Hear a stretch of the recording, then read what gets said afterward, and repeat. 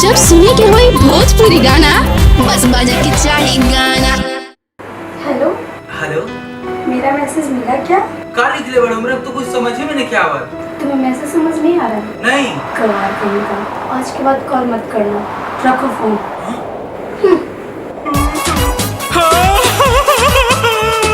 अरे क्या भइल रे? भाई तू पहले ही बताओ कितने पढ़ा लिखल बाड़े। हाँ हाँ, कहीं देख न का लिखला।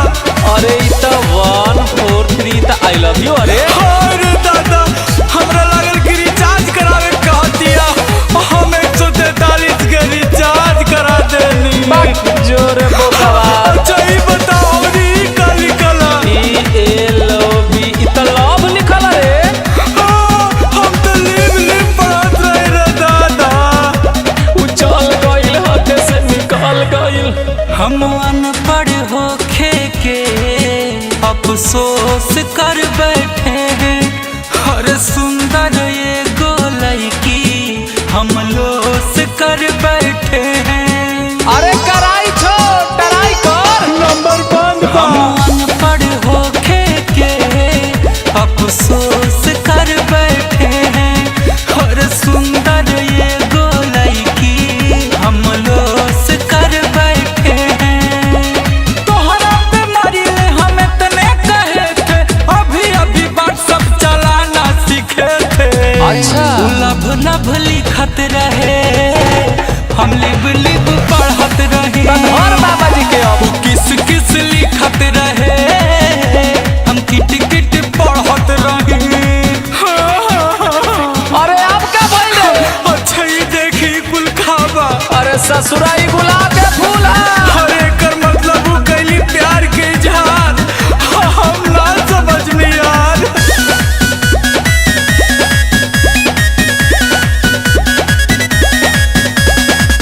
का कहीं हमारा से ही अरवा हो गइल मिस्टेक हो, पागल रहनी रोबत बहनी बैठी, दिल पे लागल ठेस हो। अरे का कहीं अरवा भइल मिस्टेक हो, रोबत बनी दिल पे लागल ठेस हो। प्यार के चक्कर में भूखे पेट भी रहे थे, अभी अभी व्हाट्सएप चलाना सीखे थे। लभ लभ लिखत रहे, हम लिब पढ़त रहे।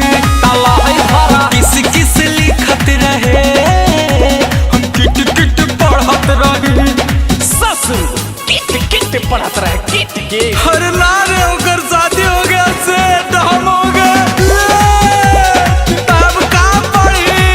तैने सो का ले आई पर ए पर ओ का बी पर ओ का सी पर चोखा अभी पर धोखा।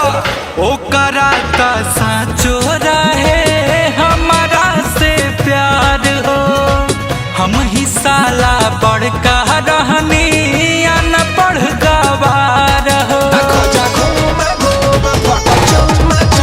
अरे ओ कराता साचो रहे, हमरा से प्यार हो, हम ही साला बड़का रही अनपढ़ गवार हो। गुंजना से बचना इशारा समझे थे, अभी अभी बाट सब चलाना सीखे थे। उ लभ लभ लिखत रहे, हम लिब पढ़त रहे। उ किस किस लिखत रहे, हम किट किट पढ़त रहे। अब हम जाता इंग्लिश के कोरस करे।